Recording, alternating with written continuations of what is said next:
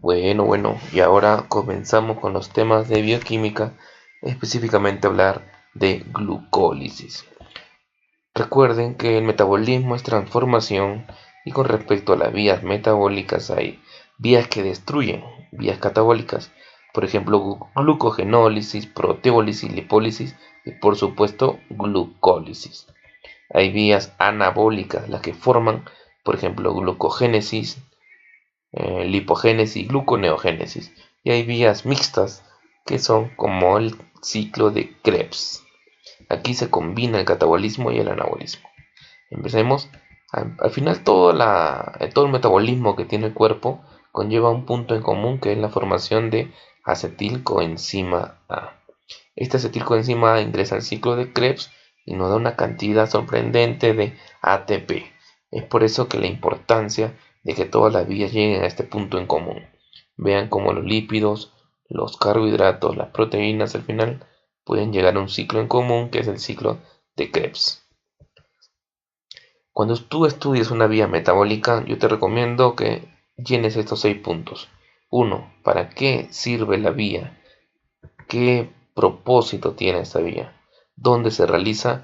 Y exactamente en qué zona de la célula, citoplasma o mitocondria.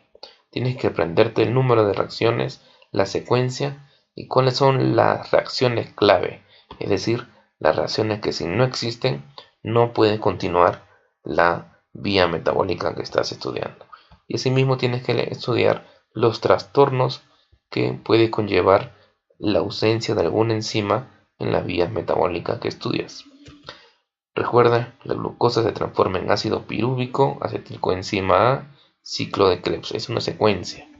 ¿Cómo ocurre esto? Una glucosa va a formar dos moléculas de piruvato. Este paso se conoce como glucólisis, ruta de Embden-Meyerhof. Es un proceso anaerobio. ¿Qué pasa si no hay oxígeno? La molécula de piruvato se transforma en lactato. ¿Y qué pasa si hay oxígeno? Se forma en acetilcoenzima A para ingresar al ciclo de Krebs. Esto es el proceso que debes tener en mente. Recuerda las enzimas. Hay enzimas que oxidan y reducen. Hay enzimas que transfieren, como la hexocinasa. Hay enzimas que rompen enlaces, como las aldolasas. Y hay enzimas que transforman las moléculas, cambiando su estructura, como isomerasas, mutasas. Vean, la glucólisis, su producto final son dos moléculas de piruvato. Empezamos, tenemos una molécula de glucosa que ha ingresado a una célula X y se topa con la enzima hexoquinasa. La hexoquinasa transfiere un grupo, un fosfato. ¿De dónde lo obtiene? De una molécula de ATP.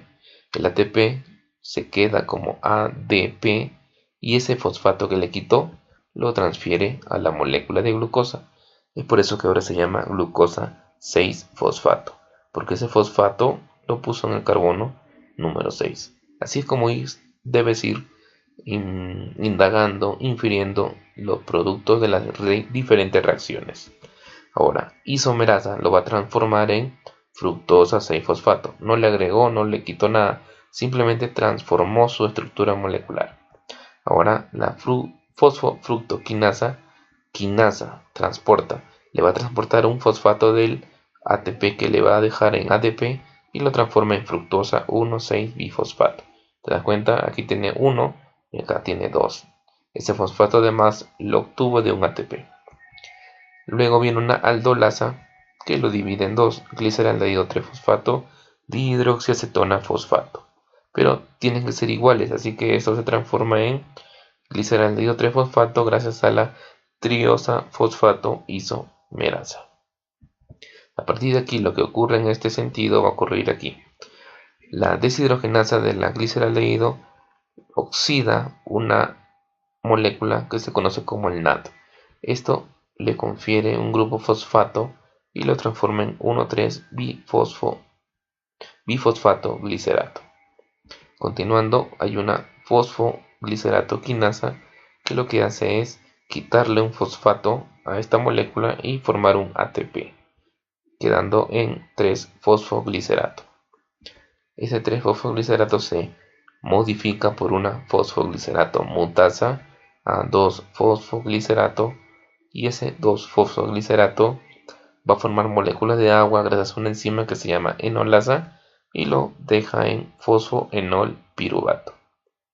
Este fosfoenol piruvato interactúa con la enzima piruvato quinasa que va a formar otra molécula de ATP. Vean, aquí tiene fosfato y el producto ya no tiene fosfato. Forma una molécula de ATP y esto se conoce como piruvato. Lo mismo ocurre con esta molécula. Si se dan cuenta, aquí se formó un ATP, aquí se formó otro ATP. Esta molécula en su proceso formó 2 ATP y esta molécula cuando tenga los mismos pasos va a formar 2 ATP, es decir, en la glucólisis se forma 4 ATP. Pero al principio se gastaron 2, al final que el producto es 2 ATP. Se usan 2, se forman 4. Todas las rayas que tienen color naranja son reacciones irreversibles y son los puntos reguladores de la vía de la glucólisis por la enzima hexoquinasa, fosfofructoquinasa y piruvato quinasa. Eso es lo mismo, simplemente en una forma esquemática.